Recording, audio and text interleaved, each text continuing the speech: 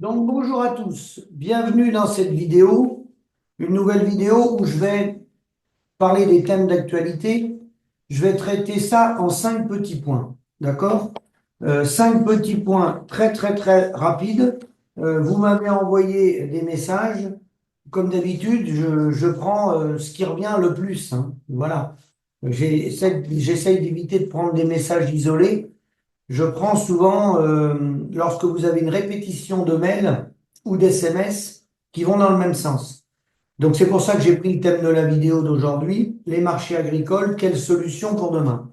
Et pourquoi j'ai parlé des marchés agricoles? Il y aurait plein de choses à dire. Mais merci de m'avoir envoyé ce mail qui vient de la revue Réussir.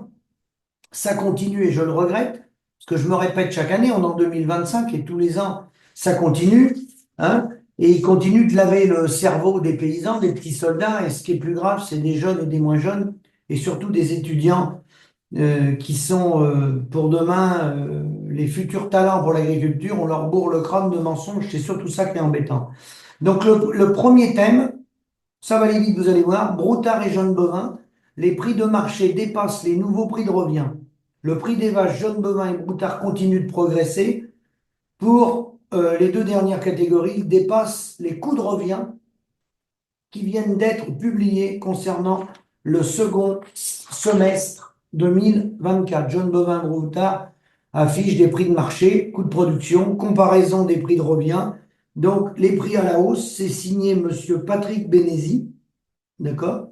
Le responsable de la FNB, Fédération nationale des producteurs de viande, hein, bovine. Donc, les indicateurs à la hausse, hausse des prix, les hausses France Agrimaire, ainsi que la semaine, les prix ont progressé, plus 11,4%, plus 10,8% sur un an, etc., etc., etc. Alors, tout ça, ce n'est que du mensonge. Comme d'habitude, il parle de prix de revient. Alors, vous remarquerez, un coup, c'est prix de revient, un coup, c'est coût de production. Alors, tous les prix de revient, hein, et vous allez voir que ce que je dis, vous pouvez le vérifier, tous les prix de revient, les coûts de production sont faux.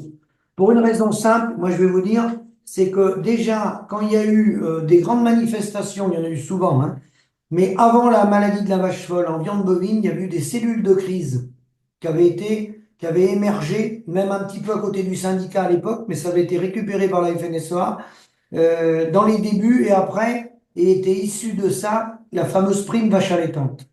Était mis en place la prime vache allaitante. Donc ça remonte, hein, c'est les années 2000, hein, fin des années 90 même, d'accord? Et à ce moment-là, il manquait 1 € du kilo de carcasse. Je vous parle sur la viande bovine, on parle de la viande bovine, hein. Alors vous imaginez 1 € du kilo de carcasse, vous prenez votre tonnage que vous vendez chaque année et vous l'amenez jusqu'en 2025 et vous allez voir ce que ça donne. 1 € je parle, du kilo de carcasse. Mais aujourd'hui, il manque bien plus que ça, hein. Et il n'y a pas la volonté, parce qu'on est attaché par l'agroalimentaire et la FNSEA, alors que certains pays, je dis bien certains, après il faut comparer, c'est très difficile, parce que les économies des pays ne sont pas toutes les mêmes. Il y a l'histoire des monnaies, suivant les continents, et les charges pour les comparer, les fiscalités et tout, c'est très complexe. Mais si on reste en Europe, en Italie, on est au-dessus de 7 € du kilo de carcasse à comparaison des bovins identiques, d'accord? Hein, alors que nous, des bêtes à plus de 7 € du kilo de carcasse, on en trouve, suivant les mêmes catégories, on en trouve plutôt à 5, 5,50. Ça peut frôler les 6, mais eux, ils sont entre 7 et 7,50. Et au Moyen-Orient, il y a beaucoup de pays où, je pense aussi des pays autres comme la Turquie par exemple, où les bêtes sont entre 9 et 10 € le kilo, et il y a d'autres pays comme ça. Je parle du kilo de carcasse, hein, d'accord? Et ça, ce discours-là, c'est pour continuer de manipuler. Si vraiment c'était vrai qu'on était au-dessus des coûts de production, ça veut dire que les producteurs de viande gagneraient de l'argent. Ce qui est complètement faux. Pourquoi leurs chiffres sont faux? Ben, c'est très simple, hein.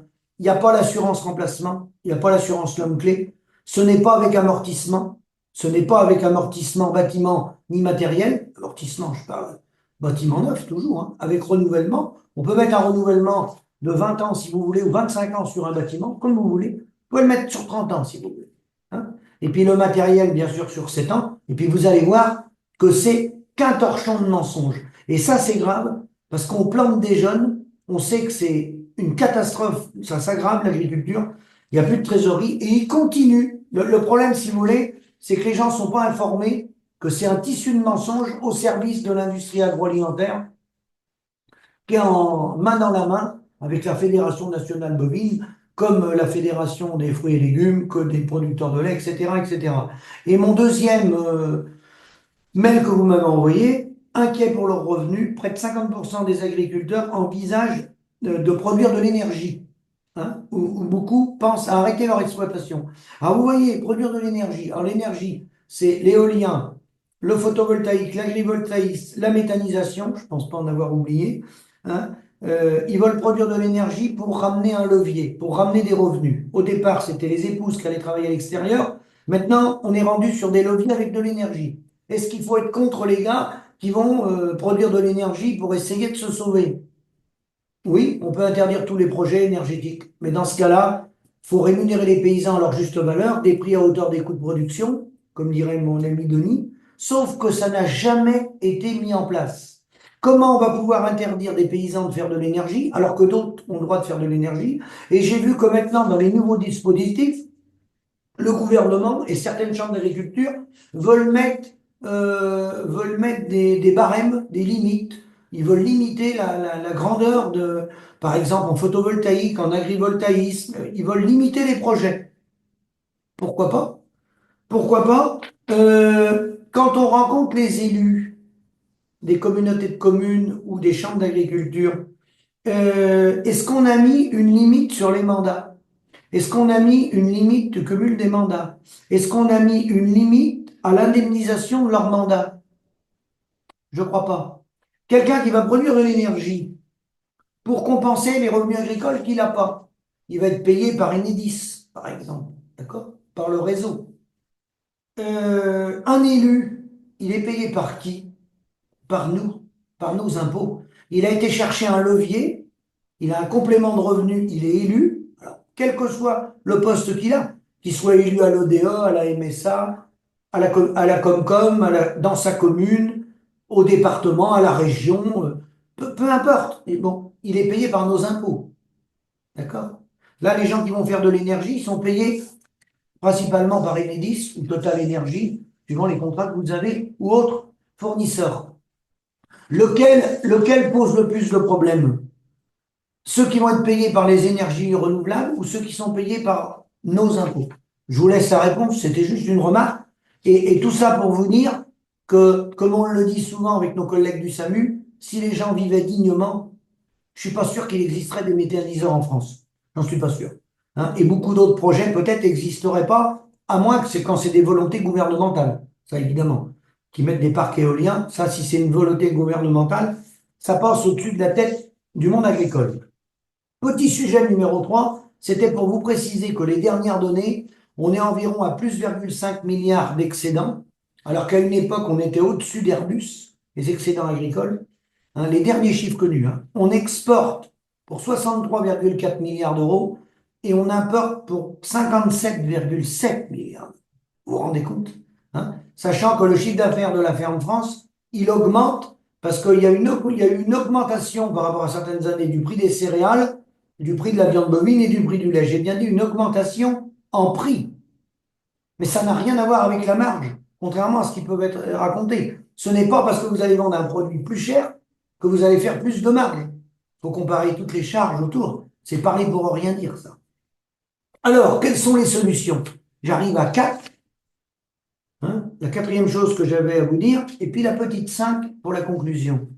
Ben, c'est de développer, comme je l'ai dit dans d'autres vidéos, et je fais une vidéo dans quelques jours avec SOS Mer, c'est de développer des projets alimentaires territoriaux pour relocaliser et que le paysan prenne sa facture. Ça, je vais vous en reparler avec Alexandre Boisson et Michel Chanu dans quelques jours. Les PAT. Reprendre la main, ne pas laisser la main à l'agroalimentaire, à nos coopératives, à nos privés. Reprendre la main, serrer la main aux cuisiniers de la cantine, aux maires de la commune et aux consommateurs. J'invite, je le répète à chaque fois, tous les consommateurs qui peuvent venir dans les exploitations, si c'est possible pour vous, venez dans les exploitations. Et vous verrez que rapport qualité-prix, il n'y a pas photo, c'est moins cher dans les exploitations, je vous le dis. et c'est meilleur pour la santé, le local, et vous savez au moins à qui vous avez affaire. D'accord? Pour l'international, je vais faire une petite parenthèse, mais que quand même importante. C'est la fameuse charte de La Havane, qui est ni le modèle soviétique, ni le modèle néolibéral qu'on a actuellement, qui est devenu de l'ordolibéralisme, puisqu'on a fait des choix stratégiques de plonger des secteurs d'activité et d'en enrichir d'autres. Il faut appeler un chat un chat. Hein. Les gouvernements y mettent des priorités sur certains secteurs d'activité et les autres, ils les laissent tomber. Donc la charte de La Havane présentait plusieurs avantages pour le commerce international. Elle s'appelle La Havane parce qu'ils s'étaient réunis à Cuba. Voilà. 53 pays s'étaient réunis à Cuba pour dresser un mode de commerce international le plus équitable possible. Je vais vous lire 4 thèmes, ils sont très courts, mais vous allez les retenir, ils sont importants. 1. Encadrement du commerce international. Premier paragraphe. Mise en place de règles claires et contraignantes pour éviter les abus et le protectionnisme excessif. Protectionnisme excessif, c'est bien entendu. Ce que par exemple veut faire Trump. Promotion de l'ouverture des marchés, tout en permettant aux États de protéger certains secteurs stratégiques, les secteurs stratégiques liés à la souveraineté de la nation, pays par pays. Petit 2, régulation des investissements étrangers, très important. Limitation, écoutez bien, des pratiques abusives des multinationales dans les pays en développement. Quand on dit multinationales, c'est grande distribution et agroalimentaire. Tout le monde est dedans. Encouragement d'un investissement équilibré favorisant la croissance des économies locales. Investissement équilibré. Développer les économies locales. On arrive au PAT. 3. Lutte contre les pratiques anticoncurrentielles. Contrôle des cartels et des monopoles. Pas de monopole, pas de situation d'oligopole. Garantissant une concurrence loyale. Concurrence, ils ont mis une concurrence, mais loyale. Prévention des abus de position dominante, vous voyez, des grandes entreprises sur les marchés mondiaux. Donc nous, on en a un en Europe, le leader LDC, il règne en maître. On a 2 acteurs sur le veau de boucherie qui règnent en maître. On a Lactalis, Sodial en France, etc., etc. 4. Soutien au plein emploi et au développement économique. Lien entre le commerce international et la politique économique pour favoriser le plein emploi. Encouragement des politiques économiques nationales favorisant la croissance. C'est-à-dire que la charte de La Havane, pour vous prendre une image, c'est un peu du troc, c'est raccourci ce que je vous fais, c'est un grand raccourci. Mais c'est de la coopération entre les États où chacun préserve ses emplois sur les territoires. D'abord, on protège le local, mais toute la partie qui va à l'international, parce qu'on peut exporter du blé en Égypte parce qu'ils n'ont pas de blé, mais les Égyptiens vont nous renvoyer d'autres produits ou autres, mais à leur coût de production à eux. Donc, c'est pas basé sur les cours de la bourse de Chicago. C'est ça qui est important dans la charte de La Havane. C'est ce qu'on appelle de la vraie coopération. Je vous en reparlerai. Et pour terminer, ce que je voulais vous dire, c'est que pour essayer de décortiquer tous ces mensonges qui sont là depuis plusieurs décennies, qui sont balancés dans les lycées, sur les réseaux, dans la presse, bien sûr par le syndicat, c'est vrai, mais pas que le syndicat, certains économistes, certains think tanks, certains politiques, qui rentrent dans le jeu et qui racontent des mensonges à longueur de journée en disant ça va mieux dans l'agriculture, la production bovine a augmenté. J'en ai entendu un l'autre jour qui m'a envoyé un message en disant que les moutons, ils avaient augmenté. Mais ils l'ont augmenté par rapport à quoi? C'est quoi la marge? Faites-moi un business model. Moi, je le sais ce qu'il faut pour des moutons. Je suis parti sur un projet simple avec un bâtiment neuf, juste un tracteur neuf. Ben, vous mettez que ça déjà dans l'étude. Une bergerie et un tracteur neuf avec un chargeur. Et vous allez ramener le prix du kilo de l'agneau et vous allez voir si on travaille avec des marges. Vous allez voir qu'on est des mendiants, on est la 5e roue du carrosse. Alors, pour arriver à débusquer tout ça, j'ai pas dit que c'était simple. C'est beaucoup de recherche à faire. C'est bien savoir qui vous parle, quel intérêt ils ont à vous parler comme ça? C'est à garder des esclaves dans les élevages, à garder des petits soldats, parce que ça leur coûte moins cher que de partir sur des schémas avec des grandes fermes et de mettre des salariés. Ça passe pas.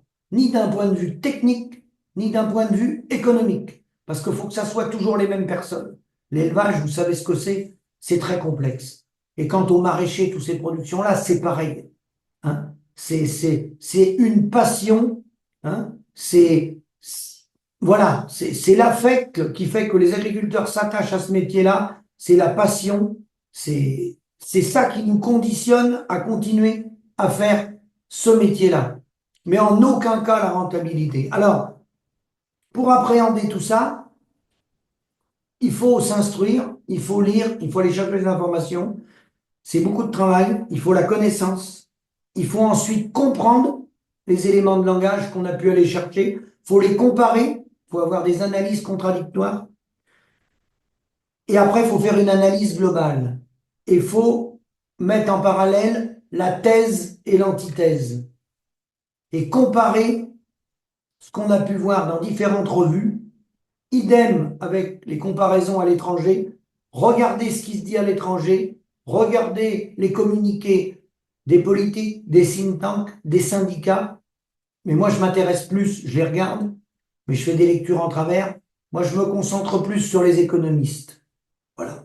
Les économistes ou des gens comme Emmanuel Todd, des gens comme ça, qui ont des analyses beaucoup plus approfondies, qui permet en plus de faire un noyautage global en sortant des débats agricolo-agricoles, mais en allant sur l'économie en général. Et là, on voit que les stratégies économiques mondialisées, certes, elles sont en train de broyer l'agriculture, mais elles ne broient pas que l'agriculture. Et le schéma, qu'on le veuille ou non, il est à peu près toujours le même. C'est l'exploitation de l'homme par l'homme. C'est la théorie de David Ricardo des avantages comparatifs. Et dans cette guerre exacerbée, le but du jeu, c'est de détruire l'autre, prendre des parts de marché et produire à moins cher. Et pour produire moins cher, on est prêt à jouer sur des leviers avec des engrais de synthèse, avec des phytos interdits, on est prêt à tout. Des OGM, des travailleurs détachés, qui s'appelle l'exportation du chômage. On voit un pays comme la France aujourd'hui où il y a des travailleurs bulgares dans les exploitations, dans les vignobles partout. Ça s'appelle l'exploitation de l'homme par l'homme. Voilà comment ça s'appelle. Et les exploitants agricoles qui, pour des raisons économiques, sont amenés à prendre ces gens-là, ils travaillent au service de multinationales privées ou coopératives qui, eux, ont des cadres de direction et des employés. Même le simple chauffeur, il n'est pas payé au prix des Roumains et des Bulgares. Il a des conventions collectives françaises avec les 5 semaines de congés payés et avec tout ce qui va avec. Voilà. Mais l'agriculture étant la 5e roue du carrosse, le paysan, lui qui est serré au cou, il en est rendu jusqu'à embaucher de la main-d'œuvre étrangère pour des raisons, économiques. Après avoir eu les tracteurs en leasing, le non-renouvellement des bâtiments, du cheptel également en location. On est obligé de souscrire, nous, à du cheptel en location parce qu'on n'a pas forcément toujours les moyens ou la banque ne veut pas suivre les financements. Donc, vous voyez la dégradation de l'agriculture dans son ensemble. Je parle toujours en moyenne, hein. Je ne parle pas des cas particuliers. Donc, le maître mot, c'est le revenu. Voilà. Personne aujourd'hui n'a répondu à cette question. Comment ramener de la valeur ajoutée dans les exploitations agricoles pour qu'on ait du revenu? Et on continue, on voit bien sur le terrain, les gens abandonnent et ceux qui essayent de tenir, ils utilisent des leviers. Et moi, c'est vrai que je reconnais que chez moi, je ne voyais pas il y a 15-20 ans autant de travailleurs détachés dans mon département.